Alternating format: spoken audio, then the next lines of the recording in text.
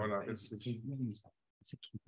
Voilà, merci pour votre accueil. C'est la deuxième fois, je crois, que j'interviens dans cette noble assemblée. Et en tant que pharmacien, c'est un réel plaisir. C'est-à-dire, c'est un réel plaisir de pouvoir vous retrouver après tout ce parcours professionnel que nous partageons aujourd'hui. Alors, je suis ravi de présider cette fédération. Comme tu l'as dit, Dominique, je suis pharmacien, puis un peu d'école de commerce aussi, parce que c'est vrai que l'entreprise doit avoir quelques bases économiques. Donc, j'ai monté un petit groupe d'une vingtaine d'établissements avec toutes les filières. Il y a les urgences, la médecine, la chirurgie. Puis après, qu'est-ce qu'on fait? Ben, on fait de la rééducation, on fait de l'hospitalisation à domicile, on fait des maisons de retraite. Qu'est-ce qu'il faut? Des ambulances pour promener un petit peu tout ce monde-là. Et puis, c'est vrai que même une année, on m'avait proposé, parce que lorsque j'ai acheté des ambulances, c'est souvent jumelé, vous savez, avec des pompes funèbres. Donc j'ai refusé.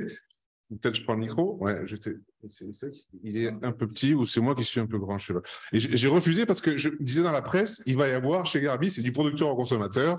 Donc voilà, j'ai refusé de faire cette activité qui est tout de même qui rend service. Alors, qui sommes-nous? Alors, je représente le secteur privé. Alors, je vais tout de suite énerver un de mes nobles adhérents qui est Stéphane de Butler. Je représente le secteur privé à but lucratif. Bon, Stéphane, il explique toujours qu'il faut changer de mot. Tu as raison. Donc, secteur privé commercial. Est-ce que je ne sais pas si c'est mieux, mais en tout cas, on essaie de lutter contre cette image du privé radioactif. Tu l'as dit, Dominique, où on essaye toujours d'expliquer que dans le public, c'est mieux, dans le public, c'est plus vertueux, et dans le privé, on fait que des actes pour faire des actes. Ben non, heureusement. Heureusement que ce n'est pas le cas, parce que la pertinence qui, je dirais, régit la fédération, la pertinence des actes, la qualité des soins, c'est pour nous un des moteurs, l'alpha et l'oméga. Pourquoi? Parce que le secteur privé travaille, tu l'as dit Dominique, avec des médecins libéraux, qui sont, je dirais, leurs propres patrons et leurs propres entrepreneurs. Et une clinique qui marche bien, c'est une clinique dans laquelle l'alchimie entre la direction et les médecins, ça fonctionne. Alors, qui sommes-nous? 1000 cliniques. Moi, il y a 20 ans, j'avais 2000 copains. J'en ai perdu 1000. Alors, ça n'a pas été totalement disparu, ça a été regroupé.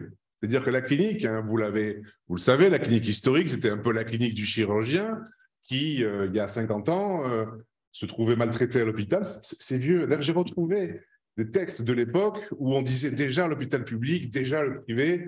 Et je ferai la blague, chère Yann, un jour de lire un discours en disant que je viens de l'écrire. Et quand je te dirai que c'était il y a 50 ans, tu me diras, ah, mais c'est pas possible, que faisons-nous à la fédération? Rien n'a changé. Mais si, ça a changé. La clinique, il y a 50 ans, c'était 20, 30, 40 lits tenus par un ou deux médecins. Aujourd'hui, 50% des établissements sont tenus par des groupes nationaux. Des groupes nationaux dont tu représentes un d'eux, Almaviva.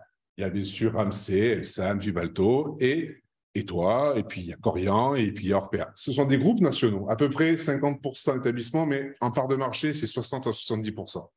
Puis il y a des groupes régionaux. Stéphane, familiaux, avec un actionnaire qui est une personne, toi, ta famille. Et puis, il y a aussi mon cas où je suis actionnaire de mon groupe que j'ai créé il y a maintenant 30 ans. Mais que ce soit un groupe national, un indépendant ou un groupe régional, on a la même vocation. La même vocation, c'est de servir. Servir quoi? Les 9 millions de patients, 9 millions, qui nous font confiance chaque année. 9 millions, c'est pas rien, 9 millions de patients. On a 122 services d'urgence. On pense toujours que les urgences, c'est le public. Ben non. On prend en charge 3 millions de patients en urgence. Et on pourrait faire plus. Sauf que la régulation, le SAMU, les blancs, les rouges, les pompiers, ben, ils envoient tout à l'hôpital public. 80%. Il y a combien d'exemples? Une famille, un grand-père, une grand-mère qui tombe devant la clinique, qui est amené à l'hôpital public. Là aussi. Donc, c'est vrai que dans l'inconscient collectif, les urgences, c'est le public. Et la régulation amène tout au public. Donc, on doit, nous aussi, faire en sorte que nos services d'urgence, qui sont, je dirais, la partie intégrante du maillage du territoire, puissent continuer à accueillir ces patients. Et quand vous posez la question autour de vous, si on vient dans une clinique, il va falloir payer. Mais non, c'est gratuit. La gratuité n'existe pas. C'est solvabilisé par l'assurance maladie et la collectivité. Donc voilà, il y a des idées préconçues pour lesquelles le représentant que je suis, ça fait maintenant, bon, depuis 2014, tu l'as dit, mais je suis arrivé à Paris en 2008, dans un syndicat de branche qui était le syndicat de médecine chirurgie obstétrique. Donc ça fait maintenant 10 ans, 12 ans qu'on essaie de porter cette parole. Alors, bien sûr, en termes de part de marché, la chirurgie qui vous concerne au premier rang dans cette belle assemblée, 55% de la chirurgie, c'est dans le privé. 55. 33% de la rééducation, 20% de l'hospitalisation à domicile, et surtout la chirurgie ambulatoire, 70% se fait dans le privé. 70% de chirurgie ambulatoire. Donc, ce sont des idées fortes, une activité forte, corrélée avec de l'efficience et de la pertinence et de la qualité des soins. Alors, je ne comparerai jamais la qualité des soins du public et du privé. Jamais. Parce que dans toutes nos maisons, on a nos moments de gloire et nos moments de grande solitude médicale et de détresse. Mais force est de constater que 55% de la chirurgie se fait dans le privé. Les urgences. Je prends un exemple d'une ville que je connais bien, c'est la mienne, d'adoption, Montpellier. Belle ville, Montpellier, où le secteur privé est bien implanté. 3 services d'urgence privés, le CHU de Montpellier. Le CHU de Montpellier, c'est 135 000 passages par an. 135 000 passages par an. Les 3 privés que nous sommes, 132 000 passages par an. Et quand on compare les niveaux, vous allez tous penser, ce qu'on vous raconte en longueur de journée, que le privé ne fait que de la bobologie, des petits actes faciles, etc. Quand on compare la sévérité des patients, la CCMU, qui est notre mode de classification 1, 2, 3, 4, on a plus de patients lourds que dans le public.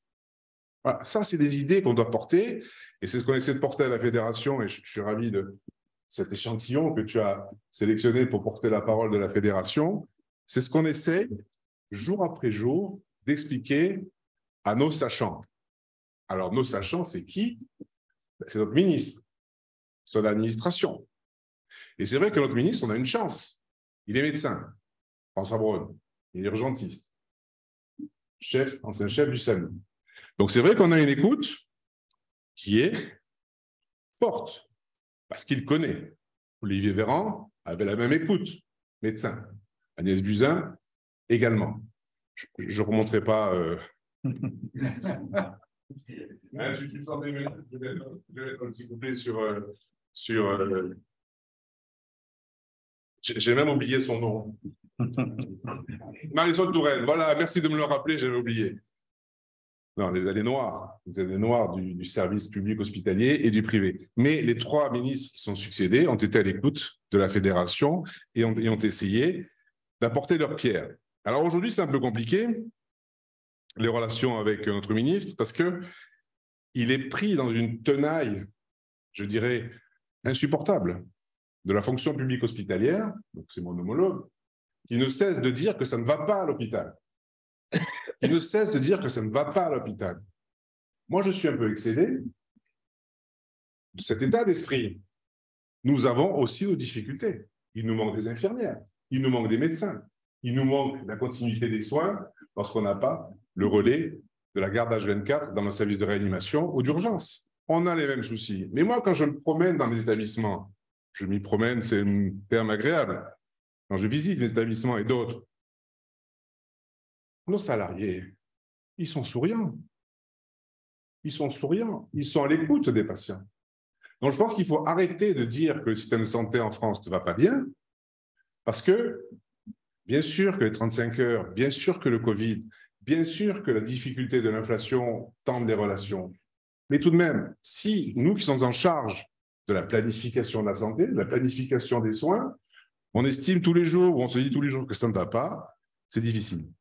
L'hôpital public, aujourd'hui, depuis le Covid, je vais vous raconter une histoire sur le Covid, mais vous l'avez certainement en tête.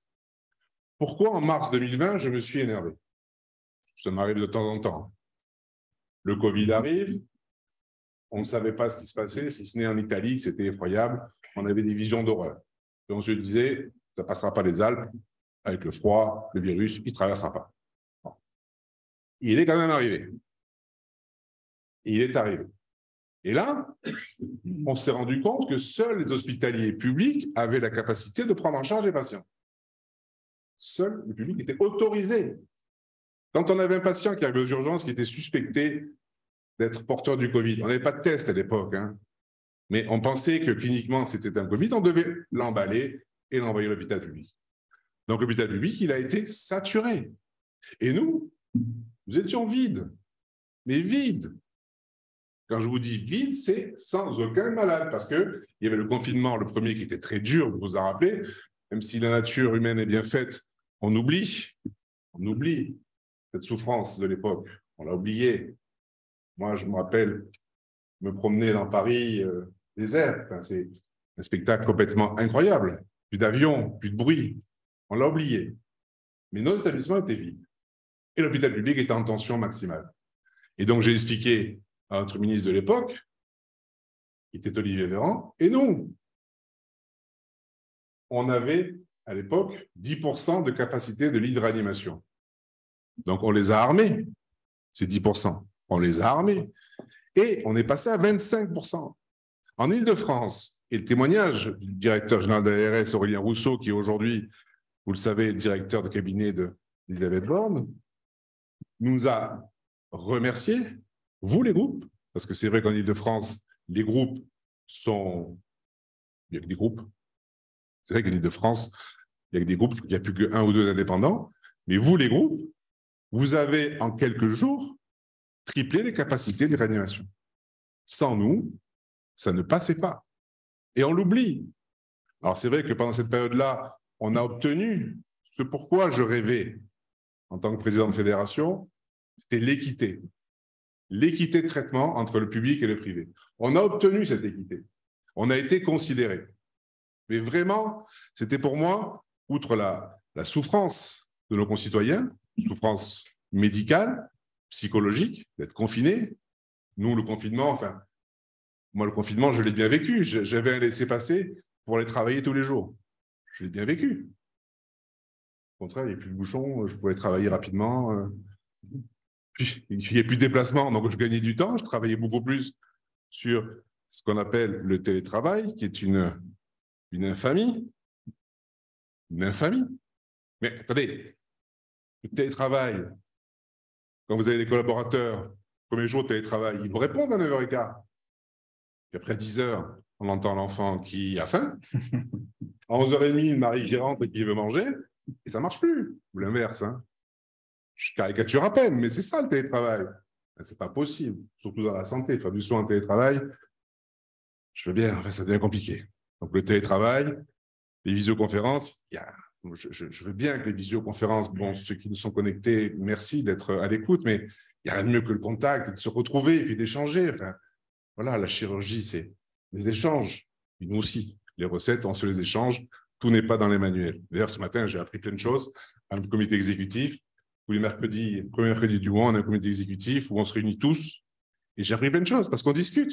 S'il y avait été un comité exécutif en visio, tu ne m'aurais pas dit ce que tu m'as dit, et d'autres, etc. On n'aurait pas échangé de la même façon. Donc, pendant cette période Covid, j'ai eu la satisfaction, enfin, de servir à quelque chose. Je caricature un peu, 9 millions de patients, mais de servir à quelque chose pour l'intérêt collectif. Et c'est ma mission, le service public hospitalier. J'en rêve depuis 30 ans, c'est que nous soyons considérés comme service public hospitalier. Pourquoi j'en veux à Mme Marisol Touraine? C'est qu'en 2014, dans sa loi de santé, elle nous a exclus du service public hospitalier parce que nous avions des chirurgiens méchants qui avaient et qui ont des dépassements d'honoraires. Aussi, scandale. Honoraires bloqués depuis 30 ans, secteur 2 possible. Alors, quand on reproche aux médecins d'avoir un secteur 2, ben, c'est normal qu'il y ait un secteur 2. Comment vous voulez travailler sans secteur 2? D'ailleurs, même à l'hôpital, il y a un secteur 2. Donc, on a été exclus. C'est pour ça que j'ai été, je dirais, chagriné par cet état de fait. Mon rôle, ma mission, c'est de rendre service aux patients dans le cadre de missions de service public. On prend en charge le public, donc pourquoi ne sommes-nous pas service public hospitalier? c'est le combat que je mène à la fédération, le combat de survie économique aussi, d'égalité de traitement. Il est revenu dans un article de presse récent, j'avais oublié, si vous voulez, cette guerre entre le public et le privé sur le tarif des actes. Et ce matin, on en a reparlé. Un accouchement dans le public, c'est 3 000 €. Un accouchement chez nous, c'est 2 500 €. Honoraires inclus, bien sûr. Tout pareil. Pourquoi? Alors, on m'explique qu'il faudrait que Bercy, mon temps de parole est oui, il faut conclure assez vite. Là, je croyais que j'ai un temps de... C'est élégant comme signal. Ah, puis c'est comme la musique d'entrée. Oui, c'est comme la musique pendant tout à l'heure était très élégante. Donc, pourquoi on ne reprendrait pas le chemin, je dirais, de l'égalité des soins en termes économiques? Ce serait aussi un facteur d'économie. Pourquoi on ne reprendrait pas la qualité des actes? Je ne crois pas à la pertinence. Alors, quand je dis ça, je suis au compte au courant de tout le monde. Mais Agnès Buzyn avait mis son mandat sur la pertinence des actes. Je n'y crois pas en termes statistiques. Parce que la seule pertinence que l'on peut avoir, c'est la pertinence statistique. Tant d'habitants, tant de cataractes, tant de colo, tant de gastro. Mais je n'y crois pas. Moi, je crois à la qualité des actes, à la qualité des soins et à la publication de nos résultats. Combien d'infections du site opératoire? Combien de reprises? Combien de patients qui étaient prévus en ambulatoire ont dû être reconvoqués le lendemain parce qu'il y avait un problème?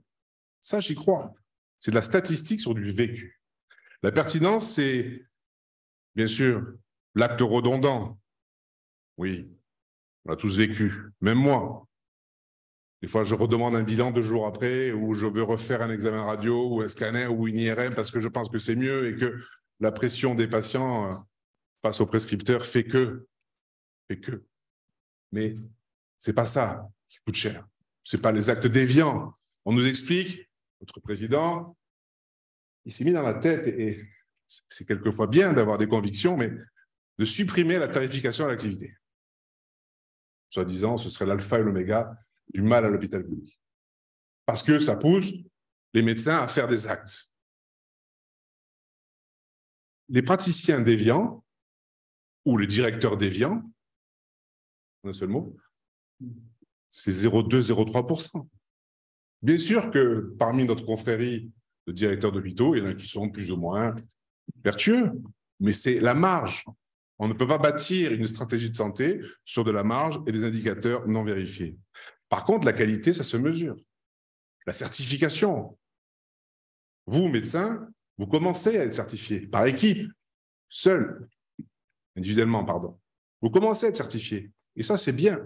Nous sommes certifiés depuis 20 ans. Et cette certification est la même pour tout le monde. Donc, cette certification, la qualité doit être reconnue. Aujourd'hui, moins d'1% de notre tarification est liée à la qualité. Et je prends toujours ce même exemple. On prend tous le taxi.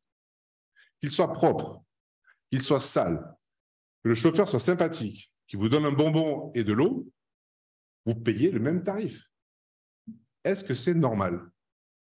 Quand vous rentrez dans une clinique qui est moderne, où il y a de la robotisation, un effort qui est fait sur l'hôtellerie et la restauration, l'assurance maladie paye le même montant que ce soit une clinique, je dirais, usée ou fatiguée, ou dans laquelle le directeur n'a pas cette notion forte du service. On est une entreprise de service et cette notion de service, pour moi, est importante parce que c'est l'alpha et l'oméga de notre pérennité. Et bien sûr que, alors, notre secteur se structure en groupes nationaux. Parce que les tensions économiques expliquent qu'on est plus fort à plusieurs que seul. Et c'est logique. Mais cette tension, elle est importante parce qu'elle nous permet aussi de nous positionner et de réfléchir à notre avenir. Moi, je pars du principe, et heureusement que j'ai des convictions, sinon je ne serais pas à la tête d'une fédération où mes adhérents, du mois de décembre, pensaient que je vous renouvelle mon mandat et votre confiance. Donc, c'est important toujours de rappeler à ces mandants que je suis candidat à ma succession. Ne me ferez pas confiance si je n'avais pas des convictions. Et la conviction, c'est de dire que l'hospitalisation privée restera forte tant qu'elle sera en maillage de territoire, en maillage de territoire. Et le fait d'avoir des groupes nous permet d'avoir ce maillage. Parce qu'une clinique, moi dans mon groupe, j'ai 3 cliniques isolées. Pour ceux qui connaissent le Sud, une à Bédarieux, une à Ganges, c'est les Basses-Cévennes, c'est le haut canton de l'Hérault. On me dit toujours, pour s'installer à Bédarieux ou à Ganges, il faut que sa voiture soit tombée en panne et qu'on n'ait pas pu la réparer. Parce qu'il paraît que même les corbeaux volent à l'envers, tellement c'est difficile. Mais si je n'étais pas dans un groupe, je ne pourrais pas garder ces établissements qui sont déficitaires. Je ne pourrais pas. Et vous, les groupes nationaux, vous faites pareil. Vous avez 20 à 30% de vos établissements qui sont en déficit. Alors, quand je parle de déficit, vu que je suis privé et plus lucratif dit radioactif, on ne me croit pas. Plus, bon, je suis plutôt bien habillé, donc on va dire je ne fais pas pitié, je cache ma montre, il ne faut pas faire comme le président de la République qui doit l'enlever pendant son intervention, mais tout de même, 30% de nos établissements sont en déficit. Et ce déficit, il est comblé par les groupes que nous sommes. Toi aussi, Stéphane, dans ton groupe, tu as des activités qui sont plus ou moins difficiles. Mais tant que nous pourrons mailler ce territoire et prôner l'équité, l'égalité des soins, je resterai à la fédération. Du moins, je continuerai à m'engager. Parce que pour moi, j'ai encore 2 minutes, c'est ça? 2 minutes. Merci. Non, parce que je peux vous parler des heures. Hein, je sais bien, c'est comme ça que je dis. Je suis passionné. Si on n'est pas passionné, oui, comme vous tous là, ici, comme mes amis présents, on est tous des bénévoles. Donc, au syndicat, c'est un syndicat patronal de passion, on dit. Donc, s'il n'y a pas de passion, ben, on reste à la maison. Mais non, la passion est liée.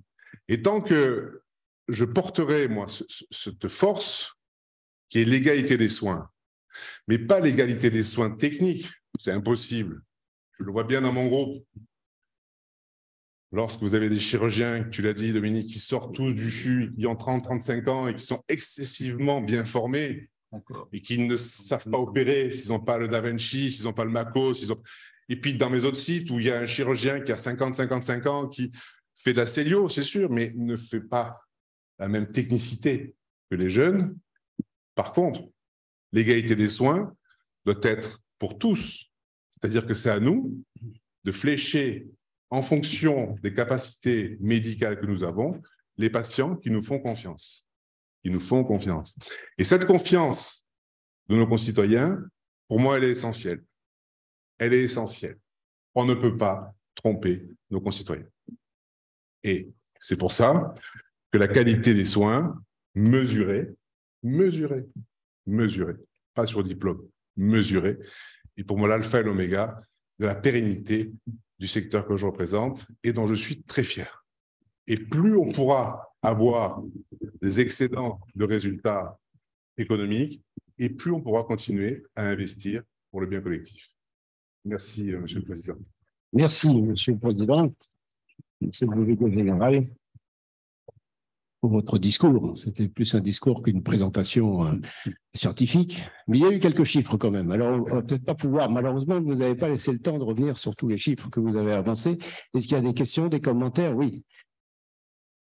Docteur Grandbach. Il y a un micro, il y a un micro de la salle, il vaut mieux le garder. Merci de votre exposé. 2 questions impertinentes. Premièrement, pourquoi les groupes, en dehors d'aider les humanités souffrantes, gardent les 20 ou 30% d'établissements déficitaires? C'est une première question. Et deuxième question, dans mon expérience, il suffit de refuser 2% des malades, votre mortalité diminue de 50%. C'est ça qui rend les difficultés d'évaluer les choses. Évaluation quantitative et qualitative. Il suffit de 2% des malades, 50% de mortalité en moins. Alors, peut-être, Diane, tu peux répondre pour les groupes. Tu interviens tout à l'heure, je pense que tu en feras le développement. Les groupes s'intéressent, je dirais, aux établissements en mode, je dirais, de territoire. D'accord, de territoire. Donc aujourd'hui, les groupes sont implantés sur des territoires, sur des agglomérations. Et il arrive que les établissements, donc 20%, sont en déficit. Mais le but, c'est de les rendre économiquement viables. Et c'est la force d'un groupe de pouvoir, pendant un temps donné, arriver à remonter l'établissement ou à le fermer. Parce qu'aujourd'hui, ce qui nous maintient en activité, en vie économique, c'est l'activité. C'est pas comme l'hôpital public qui est subventionné par l'État. L'actionnaire, c'est l'État, il joue son rôle. Nous, l'actionnaire, quand il ne peut plus, c'est le tribunal de commerce et on doit regrouper les activités. Et sur les 2%, effectivement, oui, effectivement. Mais prendre les cas difficiles, prendre nos aînés, c'est pour ça que depuis 15 ans, je porte la médecine au sein de la fédération, parce que la médecine gériatrique qui rend service. Le vendredi soir, l'appel du médecin traitant, voilà, j'ai telle personne âgée, dépendante, etc. Est-ce que tu peux la prendre? On rend service à la population. Et ce n'est pas des pathologies faciles, parce que ce sont des pathologies, par contre, très intéressantes et qui permettent de donner, bien sûr, de l'espérance de vie et de soulager les familles. Jean-Pierre Rosenbach, oui, bonjour. Alors, je suis en privé dans un établissement du groupe Ramsay, puis en même temps à l'hôpital des 15-20. Alors donc, je me permets d'émettre cette remarque, c'est que l'activité à l'hôpital ne se passe pas du tout de la même façon qu'en privé. Donc, effectivement, en privé, on apporte une prestation. Donc, je suis en secteur 2, en chirurgie. Les choses se passent bien. Mais ce qui m'inquiète un peu en tant que privé, c'est les situations de monopole que les groupes acquièrent actuellement et qui rend inégal, si vous voulez, ce fameux dialogue dont vous avez parlé au départ, qui paraît complètement harmonieux entre les chirurgiens et justement les propriétaires des groupes, puisqu'on est devant des contingences et des exigences financières, par exemple, ne serait-ce que pour les commandes d'implants, les commandes de dispositifs médicaux. Donc les groupes ont des systèmes de plateforme, comme vous le savez, parfois dans des groupes internationaux qui sont placés à l'étranger, dont l'objectif effectivement d'obtenir le meilleur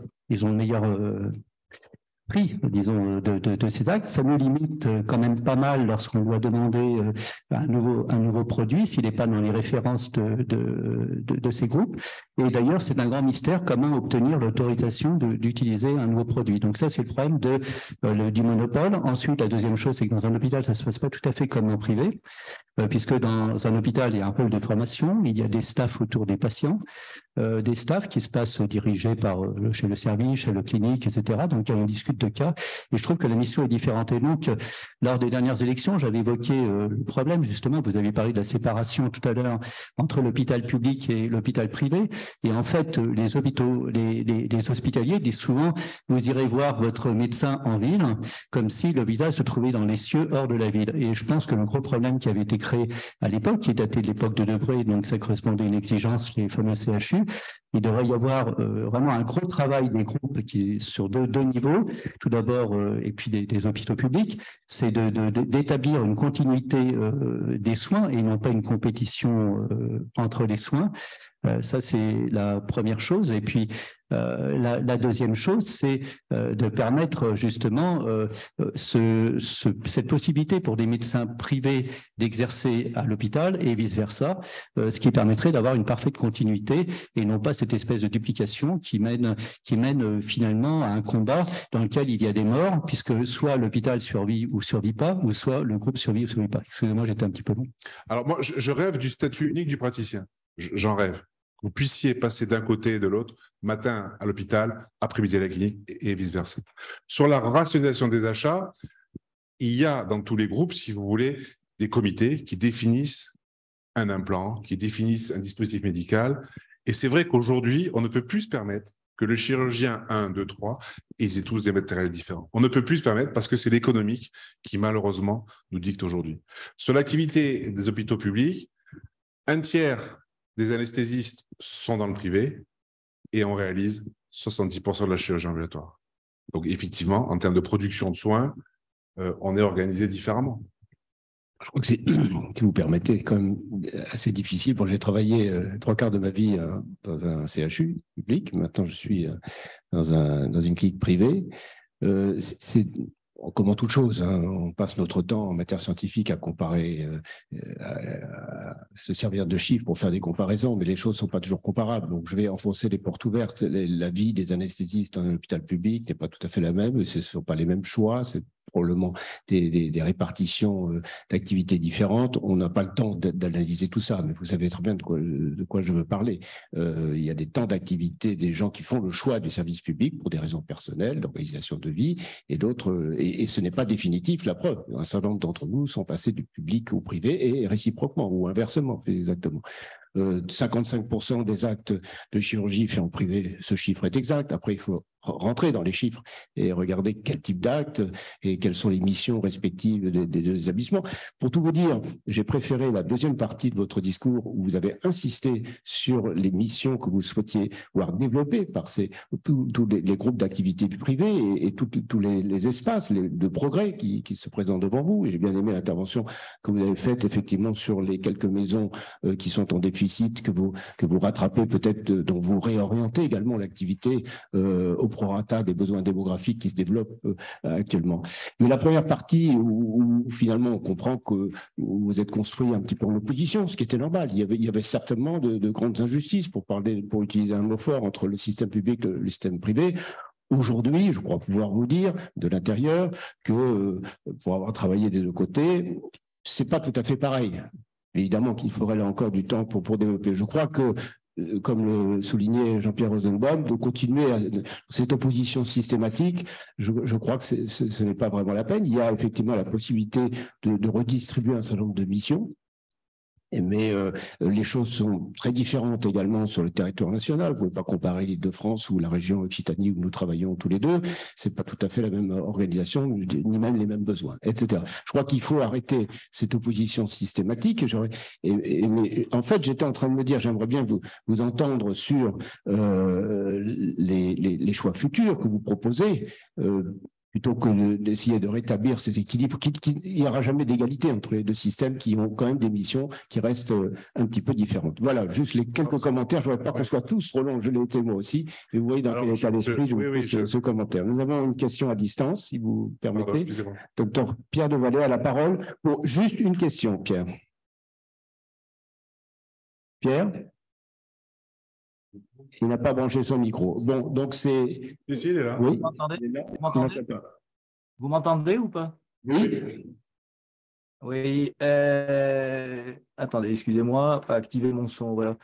Bonjour Lamine, on se connaît depuis 20 ans. J'étais à la fédération, enfin je discutais avec les syndicats puisque j'étais vice-président des syndicats chirurgicaux, bien avant que Lamine soit lui-même président. Et j'ai été vice-président aussi de la conférence nationale des présidents de CME d'établissements privés. Je connais ça par cœur.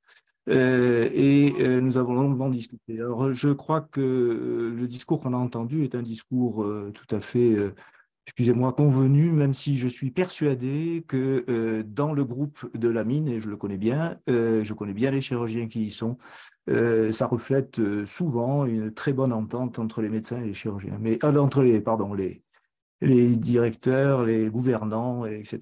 Le problème a complètement changé, les relations entre médecins et administrateurs depuis l'arrivée des groupes financiers. Et comme tu l'as dit, Lamine, puisque nous nous tutoyons depuis longtemps, hein, tu m'en voudras pas, mais comme tu l'as dit, je veux dire, tu viens de le dire, tout est économique. En fait, je suis désolé, mais j'ai travaillé pendant 28 ans dans une clinique que tu connais bien, dans le sud-ouest, et quand elle a été rachetée par des groupes financiers, la qualité des soins est en chute libre parce que les intérêts des groupes financiers sont des intérêts financiers. Et quand maintenant les représentants des établissements disent qu'ils veulent être reconnus comme des opérateurs de santé, ce n'est pas vous qui soignez, ce n'est pas les directeurs, ce sont les médecins. Alors, si le statut unique des médecins des chirurgiens ne pourra pas être le même, ce n'est pas possible. Voilà. Donc, je voulais simplement élever. Ma question est que faire contre, par exemple, l'assujettissement de la gouvernance. Il se passe juste ça me prendra 3 secondes. Oui. Il y a exactement un problème en privé et en public vis-à-vis des rapports de gouvernance entre les chirurgiens et les administrateurs. La différence, c'est que les bénéfices vont aux actionnaires des sociétés financières qui contrôlent les cliniques. Voilà, c'est tout. Merci. Donc, c'est plus un commentaire. On reviendra sur cette question. Il parlera des groupes. Alors, voilà. Oui, excusez-moi pour le discours convenu. Effectivement, j'essaie de m'adapter, je dirais, aux personnes qui m'écoutent. Et l'opposition, secteur public, aujourd'hui, elle est un peu forte parce que quand on a un propos, c'est souvent lié à l'actualité.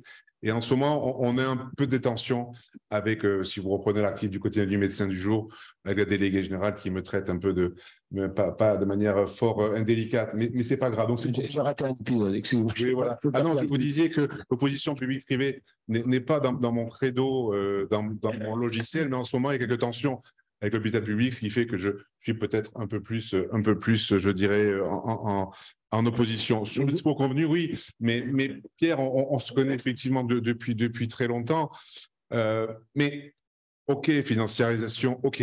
Mais le directeur d'établissement qui n'a pas compris que s'il n'est pas copain, je dirais copain, aidant, facilitant, je dirais coopératif avec les médecins, il faut qu'il change de métier. Il faut qu'il change de métier.